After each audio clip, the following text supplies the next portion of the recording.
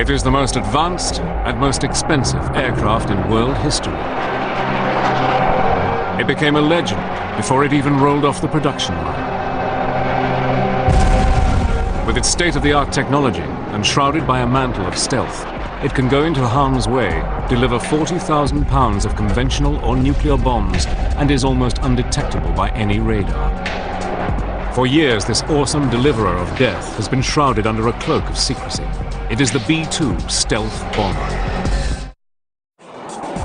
In the final year of the 20th century, the flying wing had come of age and gone into battle. But nearly 100 years earlier, men had dreamed that the flying wing was the future of flight and the future of war. But it wasn't until the early 1930s that the dream became a reality when two young brothers, Reimer and Walter Horten, first began to design wings for the new Nazi regime in Germany. The Horten brothers were very interested in highly efficient gliders. And it's not such a great leap of imagination to realize that the most efficient form for any flying machine is just a pure wing. With the outbreak of World War II in 1939, the Horten brothers continued their groundbreaking work under a shroud of secrecy. By 1941, they were exploring the use of a transport wing to help in the planned invasion of Britain. At the same time, another German, Alexander Lippisch, was working on his own wing design when in late 1941 his Me-163 Comet crossed the 600-mile-per-hour barrier for the first time. The potential of rocket power, combined with a flying wing design, would change aviation history. Meanwhile, the Horten brothers had gone down another path. By 1942, they were working on a 61-feet wingspan aircraft called the H-09. It would be powered by the Junkers turbojet engine that would be fitted to the Me-262. The Horten No. 9 was the pinnacle of the brothers' development of the flying wing. And the prototype achieved a speed of something like 500 miles an hour. They had clearly demonstrated that you could build a vehicle with jet engines, that you could fly it, that it had very high speed potential, and so they had really validated the concept. Another of Reimer Horten's designs was the HO229. Built of wood, and with its engines housed in the wings with their exhausts vented on the top of the wing, this aircraft would have been extremely difficult to detect. Also, if it could have flown, it would have had a top speed of 620 miles per hour, the fastest aircraft in World War II. But while the Germans were developing their wings, a 40-year-old American aircraft designer called Jack Northrop was quietly working on a flying wing design of his own. Jack had been dreaming about flying wings since the 1920s and had long held the belief that the way to success in wing design was by reducing the drag created by a tail and fuselage. Northrop's idea was, first of all, to minimize the tail and the fuselage, and then, as a last step, to get rid of the tail altogether. So he went through a whole series of smaller steps in order to achieve the all-wing configuration. In December 1942, his N1M flying wing took to the air. And over the next few years, more and more of his designs were being refined and tested. But by May 1945, the long and bitter struggle to defeat Nazi Germany was over. Its industrial and technological centers lay in ruins, along with its dreams of a flying wing aircraft. But Jack Northrop was convinced that where the Germans had failed, his wing would become the greatest aircraft in the world. All he would need was the raw power to do it.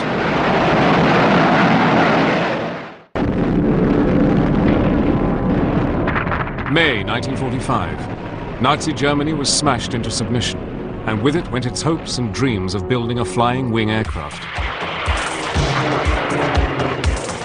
But while post-war America continued to build conventional aircraft such as the B-29, one man pursued his vision.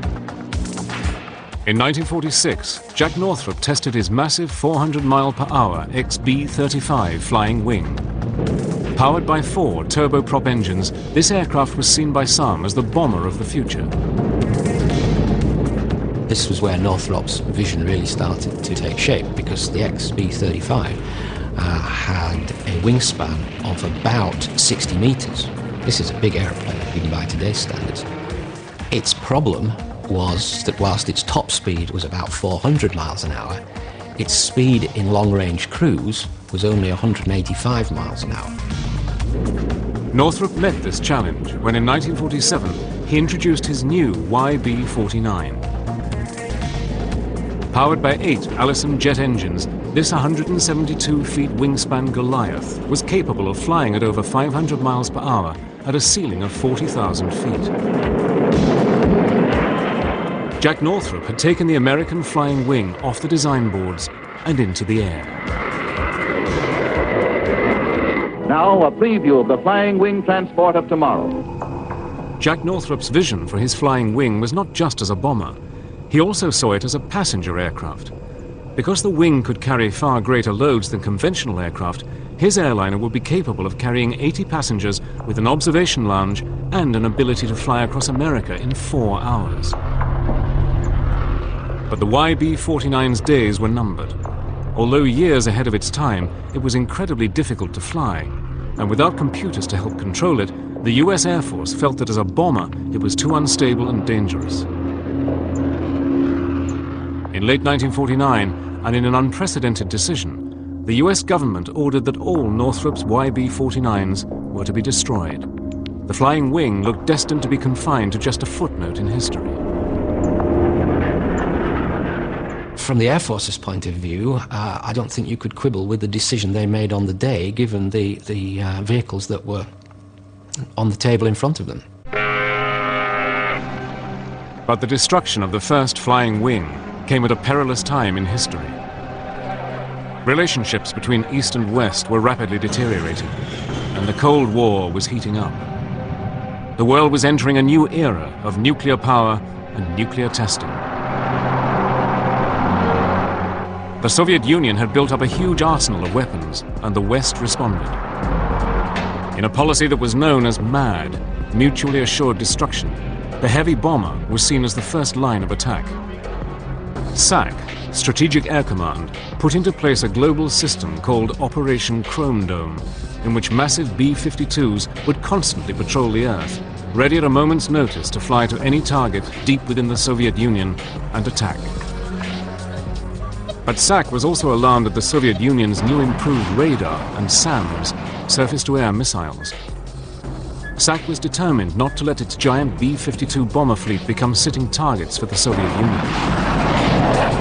It became apparent that any bomber aircraft that had to penetrate Soviet airspace was going to have to run a layered gauntlet of air defense missiles that could shoot down aircraft no matter how high or how low they were flying. The only way to evade Soviet air defense missiles was to fly so high that you're never going to hit a target with your bomb. What the US needed was an aircraft that could evade the Soviet defense system, fly to its target, deliver its weapons, and bring its crew safely home, all under the cloak of invisibility. But to do this meant a complete rethink on designing and constructing aircraft. Every aircraft has what is called its radar cross-section. When an electromagnetic radar beam hits an aircraft, it bounces off anything that is large or pronounced, such as engines, straight wings, or cockpits. The radar operator sees all this information coming back and can determine the size, height, and direction of an aircraft. This is known as the aircraft's radar signature. But if you can deny this information to the enemy's radar, then the plane will become almost invisible. The mantle that will shroud the aircraft from its pursuers has a new name: stealth. During the mid-1970s, the US government put out a top-secret tender to selected aircraft manufacturers. Their objective was to come up with a feasible design for an advanced technology bomber, capable of long-range, high payload, and low observability. By some strange irony, the winner was Northrop's. 30 years after seeing the destruction of their fleet of YB-49s, Northrop's were back in the flying wing business. During the early 1980s, Northrop worked on designs for their stealthy bomber.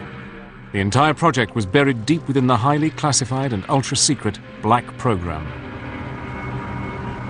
At the time, the US Black program was so secret that even those who knew about it were forbidden from ever acknowledging its existence. Even Congress was denied the knowledge of what or where money was being spent. The Soviet Union was carefully examining things like American technical journals and the American defense budget so that they would know what threats they'd have to deal with in the upcoming years. And in order not to have this very nifty new bit of stealth technology apparent to the Soviets just by picking up the annual published defense budget, they had to make it what's called a black program. With costs rising higher and higher, Northrop and its partners worked against the clock. Originally, the contract had been clear in its requirement: build a heavy bomber that could never be seen by enemy radar. The solution, like the aircraft they were developing, seemed impossible. What Northrop had to do was develop a computer system that would enable the B-2, as it came to be called, to stabilize itself using feedback and the fastest computers they could get. So the stabilization of a B-2 flying wing configuration becomes a software and computer hardware problem. It becomes a cybernetic problem. By the mid-80s, and despite some of the most stringent checks, rumors began to circulate about what might be going on behind Jack Northrop's door. Press reports, artists' impressions, magazine articles began guessing as to what was happening in Palmdale, California.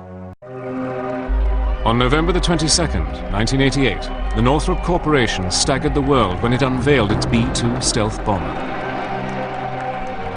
After years of working behind a complete screen of secrecy, a team of visionaries at Northrop had rewritten the rules of aircraft design. The technological array was awesome. With over 130 onboard computers controlling every element of the aircraft, the B-2 was light years ahead of anything yet built. A variety of techniques were combined to make this aircraft almost invisible to radar. Its smooth surface and shape consists of curves, yet they are not consistently identical. The aircraft appears to continually change shape from whatever angle it is viewed, thereby confusing the radar. And whatever beams lock onto it are either reflected into outer space or are reduced and dissipated. Coated with RAM, radar absorbent materials such as carbon fiber composites and top secret reflective paint further reduces its detection from the enemy. Finally, its electronic countermeasures, such as jamming an enemy's radar, makes this aircraft almost undetectable.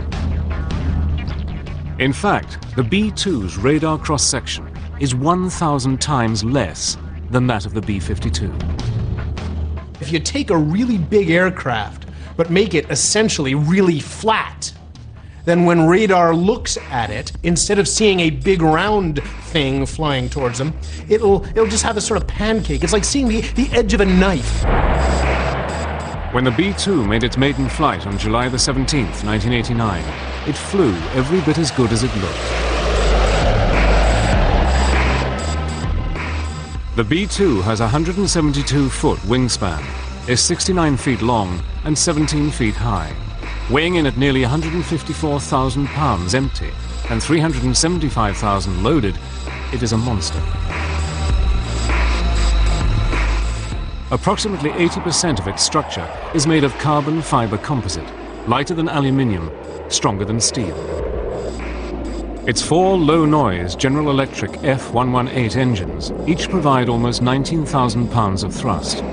They have special exhaust vents on the top of the wings, which, when its hot gases are mixed with cooler air, make it almost undetectable to heat-seeking sounds.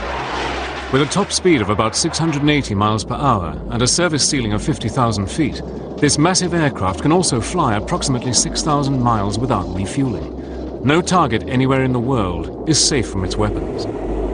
And the amount of weapons it can carry is awesome. 40,000 pounds of conventional, laser-guided, or nuclear bombs and missiles.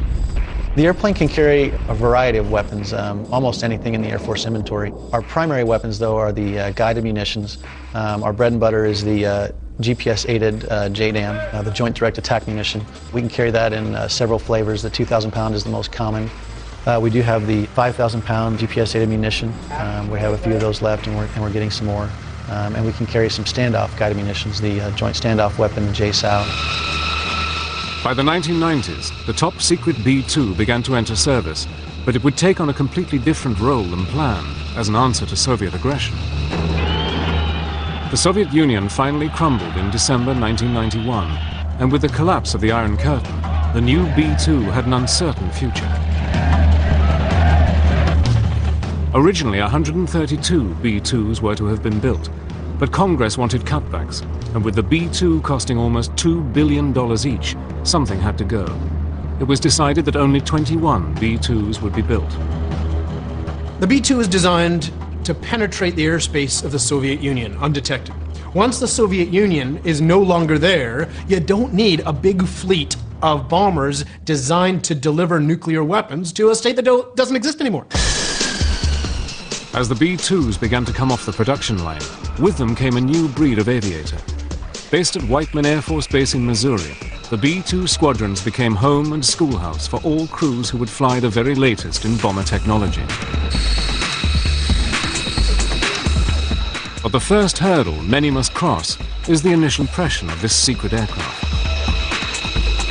Just the shape of the airframe, the glass cockpit, the displays, and the amazing contributions that some very smart engineers made to make that plane possible. And just looking at it fly was